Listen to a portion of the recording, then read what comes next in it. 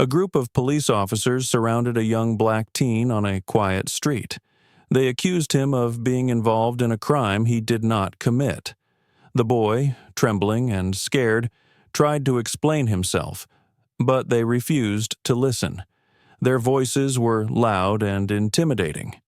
People passing by began to stop and watch, shocked at what was happening.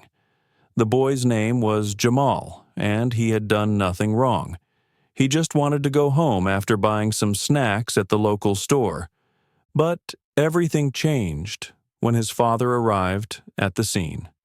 His dad, Marcus, walked up calmly, but his presence demanded attention. He was not someone you could easily dismiss. What happened next left not just the police, but the entire crowd in tears. Marcus did something so powerful that it shook everyone to their core. Stay with us to find out what this father did to protect his son and how it turned into a moment the world would never forget. Where are you watching from? Let us know in the comments. Make sure to subscribe for more inspiring stories that challenge injustice. Jamal Johnson was a 14-year-old boy who loved basketball and video games. He lived in a small suburban neighborhood where everyone seemed to know each other. Jamal was a quiet kid with a kind heart. He often helped his neighbors carry groceries or mow their lawns. He had big dreams of becoming a professional athlete and bringing pride to his family. His father, Marcus Johnson, was a respected teacher in the community.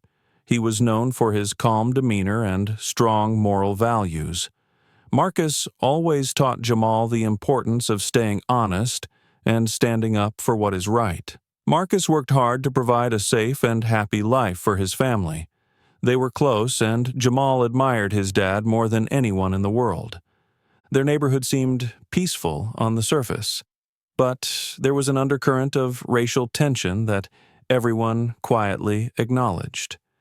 Police officers in the area had a reputation for targeting young black men without reason. Families in the community often warned their kids to be careful, but Jamal never imagined he would face such a situation. One sunny afternoon, Jamal decided to walk to the store to grab some snacks. He waved goodbye to his mom and said he would be back in 20 minutes. He didn't know that this simple errand would turn into the most terrifying experience of his life. Jamal had just stepped out of the store when he noticed two police officers watching him from their patrol car. He tried not to make eye contact and kept walking. Suddenly, the car sped toward him, and the officers jumped out. They shouted at him to stop and accused him of stealing. Jamal froze in fear. He held up the bag of chips and soda he had just bought, trying to explain that he had done nothing wrong. But the officers didn't listen. They moved closer, their tone growing harsher. Jamal felt the weight of their suspicion and power pressing down on him. Meanwhile, Marcus was at home grading papers when his wife called him. She had seen a neighbor's video of the police stopping Jamal. She sounded worried and asked Marcus to check on their son immediately. Without a second thought, Marcus grabbed his car keys and drove toward the scene. The setting was tense when Marcus arrived. A small crowd had gathered, whispering among themselves. Jamal stood there, frightened, as the officers continued to question him. Marcus stepped out of the car, his face calm but full of determination. What happened next would change everything. Jamal stood frozen on the sidewalk. The two officers approached him quickly. Their faces looked serious and intimidating. One of them, Officer Miller, pointed at the bag Jamal was holding and demanded to know what was inside. The other officer, Officer Brown, stood with his arms crossed, watching Jamal closely. Jamal's hands shook as he held up the bag. He spoke softly but clearly. He told them he had bought chips and soda from the store. He even showed them the receipt he had in his pocket. But Officer Miller did not seem to care. He leaned in closer and accused Jamal of stealing. "You think you can fool us?" Officer Miller said in a harsh tone. We know your type. Always up to no good." Jamal's heart sank. He felt his cheeks burn with embarrassment as people in the area began to stop and watch.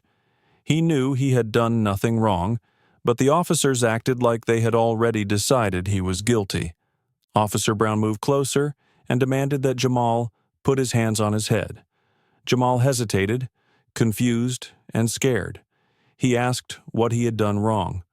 Officer Miller shouted at him to follow orders or face consequences. The crowd began to murmur, some pulling out their phones to record the situation. Tears welled up in Jamal's eyes, but he tried to stay strong. He thought about what his father had always told him. "Stay calm and never give them a reason to hurt you." Jamal slowly raised his hands and put them on his head, hoping this would end the situation, but it didn't. Officer Brown grabbed Jamal's arm roughly and pulled him toward the patrol car. The young boy flinched in pain, but didn't resist. "We're taking you in," Officer Miller said coldly. Jamal tried to explain again that he hadn't done anything wrong, but his words fell on deaf ears. The scene became more tense as the crowd grew larger. People whispered among themselves, wondering why the officers were treating Jamal this way. A young man in the crowd, Peter, started recording the incident on his phone. He knew the video could be important. Jamal's fear grew as he realized he was about to be arrested. He thought about his parents and how worried they would be. He wished he could call them, but the officers wouldn't even let him speak. The humiliation of being treated like a criminal in front of so many people was unbearable. Suddenly, the sound of a car pulling up broke the tension. Marcus Johnson, Jamal's father, stepped out. He had a calm yet determined look on his face.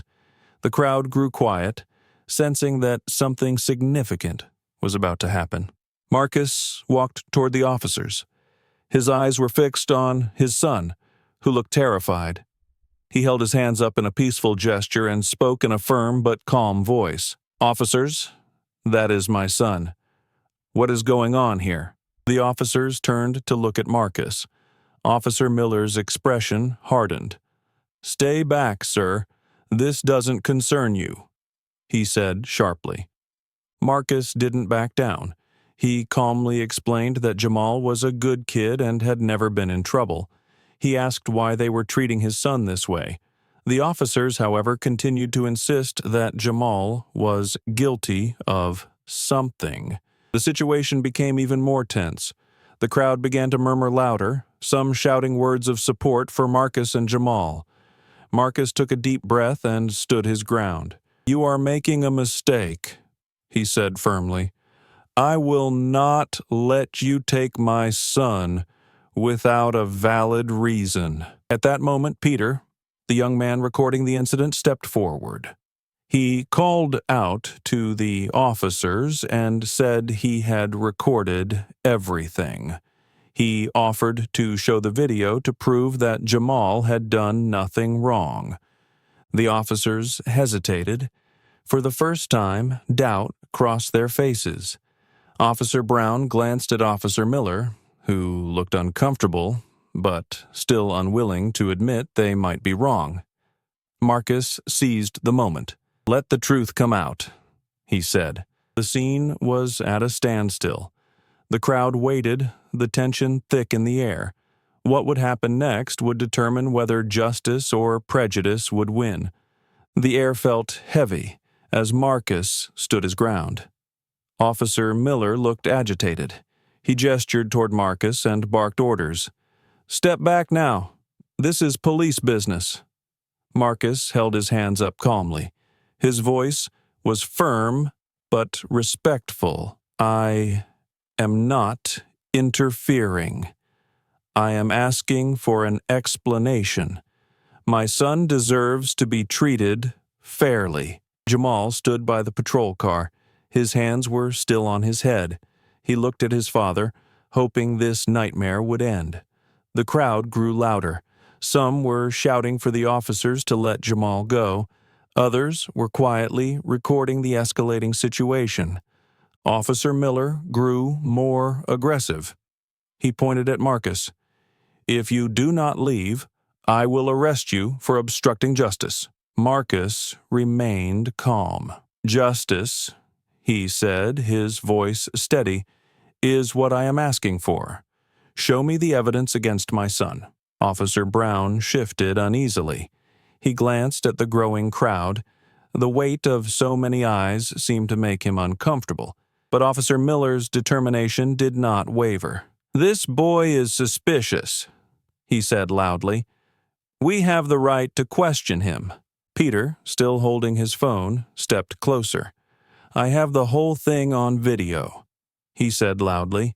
"He was just buying snacks. He did nothing wrong." The crowd murmured in agreement.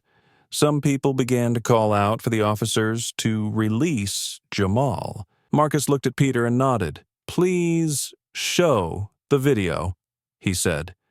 Officer Miller's face tightened. He turned to Officer Brown. "Do not listen to them.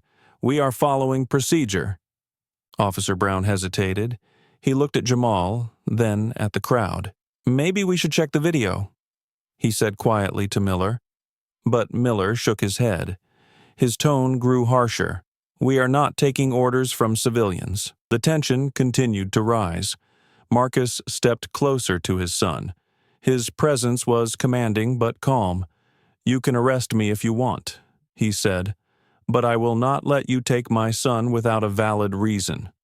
At that moment, a woman stepped out of the crowd. Her name was Sarah. She was known in the community for standing up against injustice. Her voice was strong and clear. "This is not right," she said. "You are targeting this boy because of his skin color. We all see it." The crowd grew louder. More people joined Sarah in voicing their support for Jamal. Some began chanting, "Let him go, let him go." The officers were now visibly uncomfortable. Officer Miller glared at the crowd, but his authority was crumbling. Peter raised his phone higher. "This is going online," he said. "Everyone will see what you are doing." The weight of public accountability hung heavy in the air. Officer Brown took a step back. He looked at Officer Miller and said quietly, "Maybe we should stop. This is getting out of control." Marcus took a deep breath. He looked at Officer Miller directly. "You have a choice," he said. "Do the right thing or let this escalate further. The world is watching." Officer Miller hesitated. For the first time, doubt flickered in his eyes. He looked around at the crowd, the phones, the determined faces. He turned to Officer Brown, who was now openly reluctant. Finally, Officer Miller took a step back. He gestured to Jamal. "Fine, he can go, but we will keep an eye on him." His voice was tense, but it was clear he had been defeated. Jamal lowered his hands slowly. Marcus placed a reassuring hand on his son's shoulder. The crowd erupted in applause and cheers. Peter stopped recording and smiled. "We did it," he said quietly. Sarah stepped forward and hugged Marcus. "You stood strong," she said. "You reminded us all that justice is worth fighting for." Marcus looked at the officers one last time. His voice was calm but firm. "Next time, think before you act. My son deserves respect, just like everyone else." The officers got into their patrol car and drove away. The crowd slowly began to disperse, but the impact of what had happened remained. Jamal turned to his father. "Thank you, Dad," he said softly. Marcus smiled. "Always stand up for what is right," he said, "but always do it with strength and calm." The moment had passed, but its significance would echo far beyond that street. The crowd was still buzzing with energy as the officers retreated to their car. Marcus stood beside Jamal. His calm demeanor contrasted with the tension that had filled the air moments ago. Peter checked his phone, ensuring the recording was intact. Everyone needs to see this, he whispered to himself. The officers had left, but the damage to their reputation lingered. People were still talking about what had happened. A woman in the crowd turned to Marcus. "You did the right thing," she said. "We all saw the truth. They had no right to treat Jamal that way." Marcus nodded and thanked her. He looked at Jamal, who seemed shaken but relieved. "You are strong," Marcus said to his son. "Never let anyone make you feel less than what you are." As the crowd began to disperse, Sarah approached Marcus again. "We cannot let this stop here," she said. "The community needs to know what happened. This is not just about Jamal. This is about all of us," Marcus agreed. He knew that change would not come from a single act of defiance. It would take more, much more. "We need to make this public," Marcus said. "This cannot be ignored." Peter, who had been standing nearby, spoke up. "The video is already being shared," he said. "People are going to see what really happened." Marcus smiled at Peter. "Good," he said. "The truth is powerful." The video quickly gained traction online. Within hours, it had been shared thousands of times. Comments poured in from people all over the world. Some expressed anger at the injustice. Others shared their own experiences with discrimination. One comment read, "This is heartbreaking, but it is inspiring to see a father stand up for his son." Another said, "This happens too often. We need to hold those officers accountable." By the next morning, local news outlets had picked up the story. Marcus was hesitant to speak to the media, but Sarah encouraged him. "Your voice is important," she said. "People need to hear from you. This is how we start change." Marcus agreed to an interview. He stood in front of a small group of reporters. His voice was calm but filled with conviction. "What happened to my son should not happen to anyone," he said. "We need to teach respect and understanding, not fear and discrimination." Jamal stood beside his father during the interview. He listened closely. Seeing his father speak so confidently inspired him. "Dad is amazing," he thought to himself. The video and Marcus's words sparked a wave of conversations in the town. People began to question the behavior of the police. Some residents came forward with their own stories of unfair treatment. One man shared, "They stopped me for no reason last year, just because I was walking home late." Another woman said, "This has been happening for years, but no one ever stood up like Marcus did." The police department could no longer ignore the outcry. The video was undeniable proof of misconduct. The police chief, Robert Daniels, issued a statement. "We take these allegations seriously. An internal investigation is underway. We are committed to accountability and fairness." For many in the community, the statement was not enough. They wanted action. Protests began forming in front of the police station. People held signs that read, "Justice for Jamal" and "Stop Racial Profiling." The protests were peaceful, but their message was loud. Local leaders joined the movement. Faith leaders, business owners, and teachers spoke out in support of Marcus and Jamal. Sarah took charge of organizing workshops and forums. These gatherings allowed the community to share their experiences and discuss solutions. "We need more than justice for Jamal," Sarah said during one meeting. "We need systemic change." Marcus attended every forum. He spoke about the importance of unity and respect. "We are not here to divide," he said. "We are here to build a better future for our children." The video also caught the attention of national activists and organizations. They reached out to Marcus, offering their support. "Your courage has inspired so many," one activist told him. "We are here to help you keep the momentum going." Meanwhile, Officer Miller's reputation was in ruins. The investigation revealed a pattern of bias in his behavior. Several other residents came forward with complaints against him. The evidence was overwhelming. Officer Brown, who had shown hesitation during the incident, chose to come forward as well. He admitted that he had felt pressured to follow Miller's lead. "I knew it was wrong," Brown said during an interview. "But I didn't have the courage to speak up. Marcus and Jamal showed me what real courage looks like." The community began to see the power of unity. People who had never spoken to each other before started working together. Marcus and Sarah continued to lead the movement, but they were not alone. The town was changing. Jamal, who had been quiet throughout much of the ordeal, finally found his voice.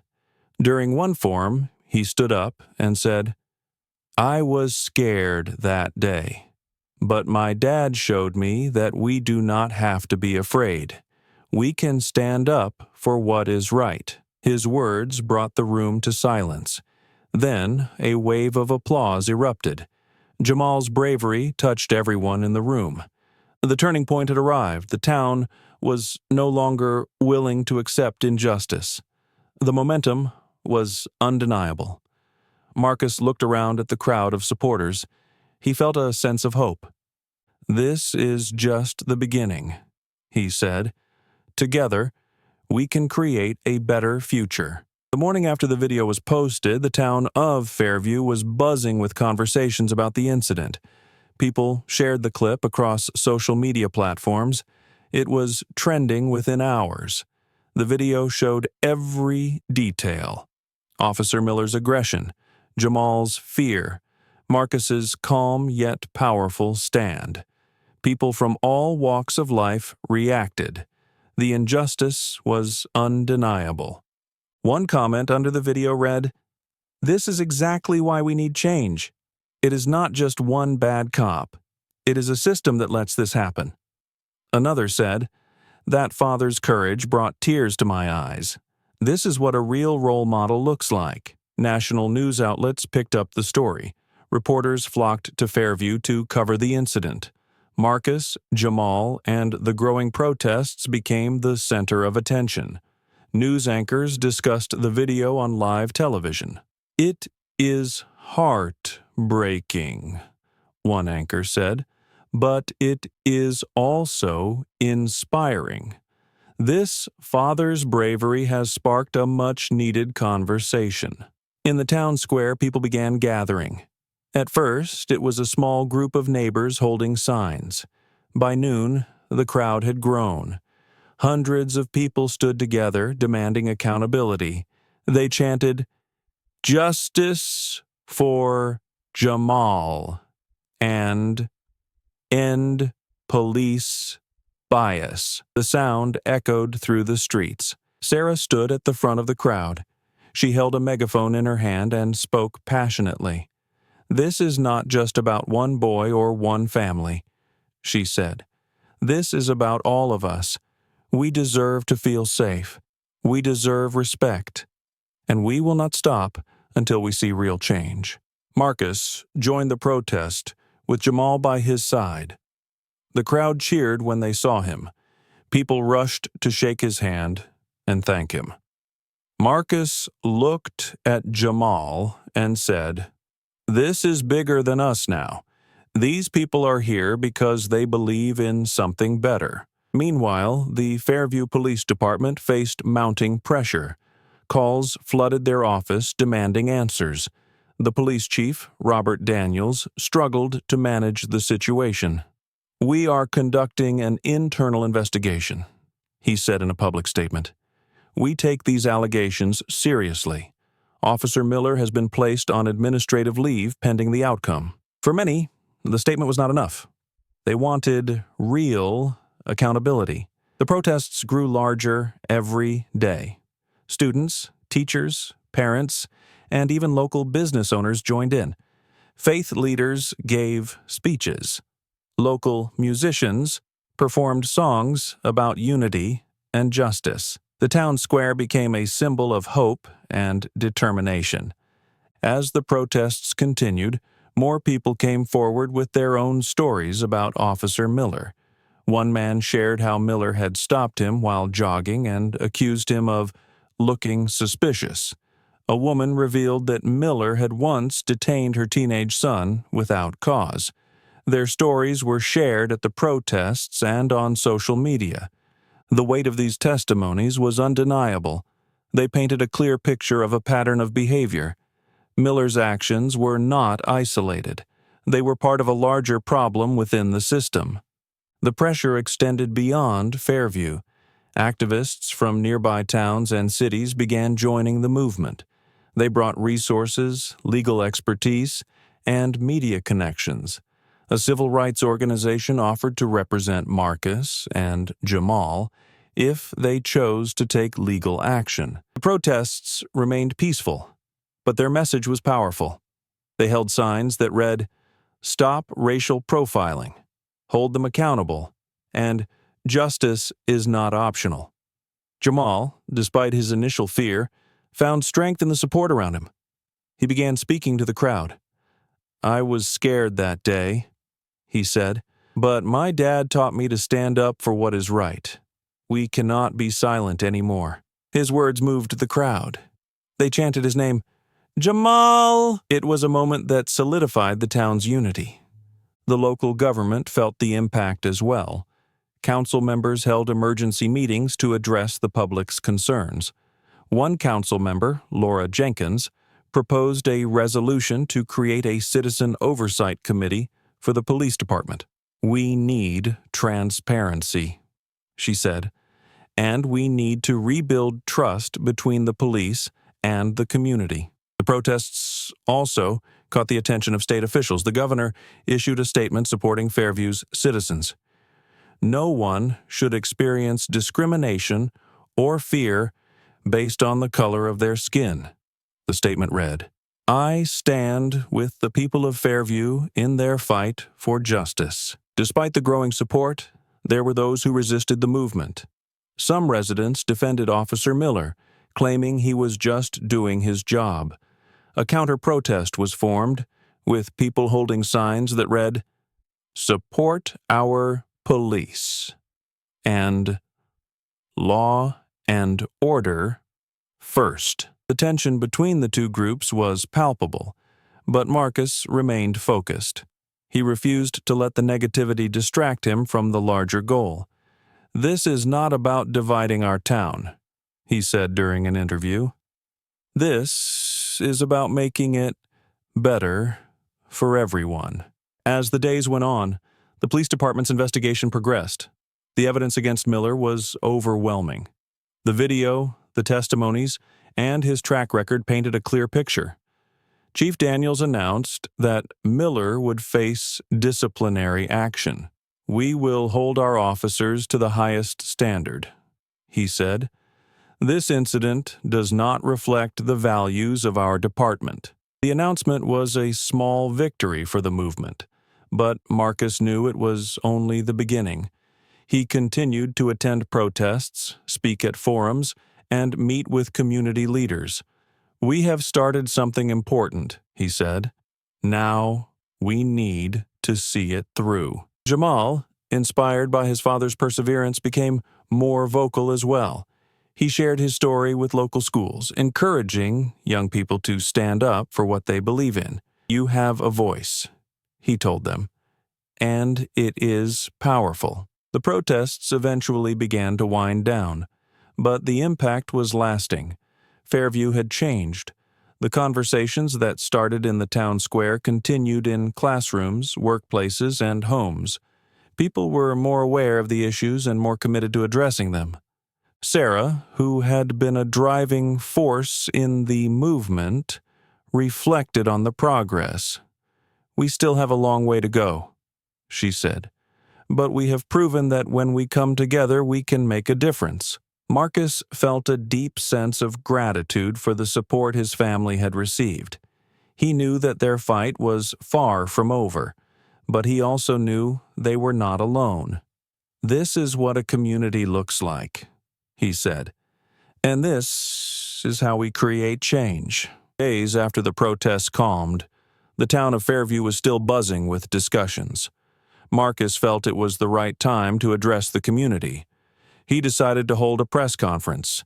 People from all over the town gathered in the local community center.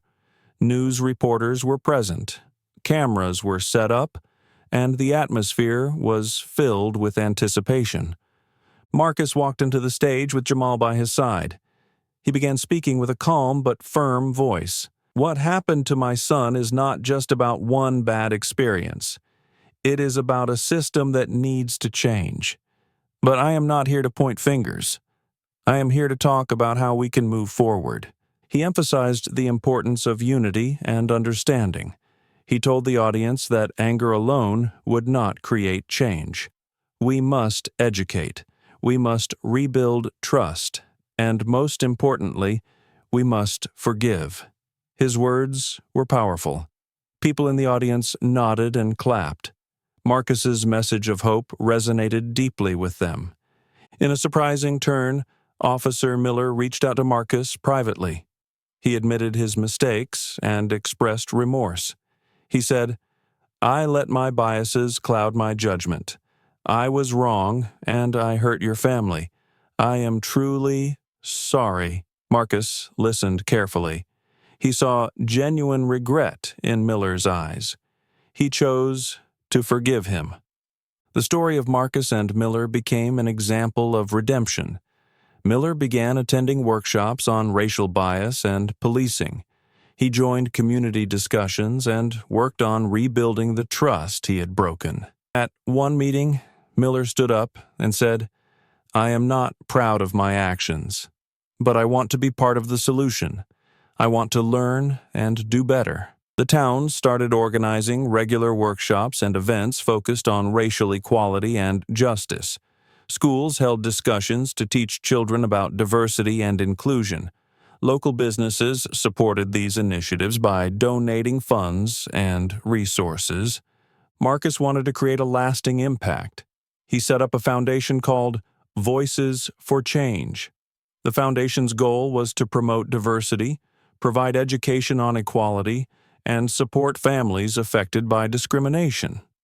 Marcus said, "We cannot change the past, but we can work to create a future where everyone is treated with respect." Jamal played a significant role in the foundation. He shared his story with students and encouraged them to speak up against injustice. "I was scared that day, but my dad taught me to stand strong, and now I want to help others find their strength." The foundation quickly gained support. Volunteers from the community joined, offering their time and skills. Lawyers provided free legal aid to victims of discrimination. Educators created programs to teach empathy and understanding. The town began to change. People from different backgrounds started working together. Police officers joined the workshops and listened to the community's concerns. One officer said, "We want to serve and protect everyone equally. This is an opportunity for us to grow." At the closing event of the first Voices for Change workshop, Marcus gave an emotional speech. "This is just the beginning. Real change takes time, but if we continue to work together, we can make Fairview a place where everyone feels safe and respected." The event ended with a moment of silence for all the lives affected by injustice. It was a powerful reminder of why this work was important. Even though the road ahead was long, Marcus felt hopeful. He saw a community that was willing to learn and grow. He saw people coming together to create a better future, and most importantly, he saw the strength in his son's eyes. This story was no longer just about a father and son. It was about a town that chose to face its flaws and work towards change. It was about redemption, unity, and the power of persistence. As the months passed, the story of Marcus and Jamal continued to inspire many. It was no longer just a local tale, but a symbol of strength and transformation. The video of the incident had reached people across the country. It sparked conversations in households, schools, and workplaces. Jamal's bravery and Marcus's calm determination became a beacon of hope. Communities everywhere began discussing the importance of standing up against injustice. Marcus often said, "Change does not come easily, but it starts with one voice, one action, and it spreads." The town of Fairview saw real progress. The workshops organized by Voices for Change continued to grow. Schools included lessons on respect and diversity in their curriculums. People of all ages participated in events that celebrated equality. Officer Miller's transformation was another highlight. He worked tirelessly to rebuild trust. He attended every workshop, listening and learning. He often spoke to groups, admitting his mistakes and encouraging others to reflect. Miller said, "I made a mistake, but I chose to learn from it. We all have the ability to change." Marcus reflected on how far they had come. He looked at his son Jamal, who had grown stronger and more confident through this journey. Marcus often reminded him, "You were brave that day. You showed the world that standing up matters. Never forget the power of your actions." The foundation, Voices for Change, continued its mission. It provided scholarships for underprivileged students. It supported families who faced discrimination. Marcus ensured that every program was built on the values of respect and understanding. At a final community gathering, Marcus gave a heartfelt speech. He said, "We cannot undo the past, but we can decide how we move forward. Let this town be an example. Let this story remind us that change is possible when we come together." The crowd stood in applause. Jamal stood beside his father, proud of the impact they had made. Marcus looked at the people around him. Neighbors who once barely spoke were now united. Police officers who had been distant were now engaged in discussions for progress. The story ended not with division, but with unity. It showed the power of resilience, forgiveness, and the will to create a better world. Marcus and Jamal taught everyone that one moment can spark a movement. What would you do in a situation like this? Would you have the courage to stand up for what is right? Let us know your thoughts in the comments. Do not forget to like, share, and subscribe for more inspiring stories. Thank you for being part of this journey. See you in the next story.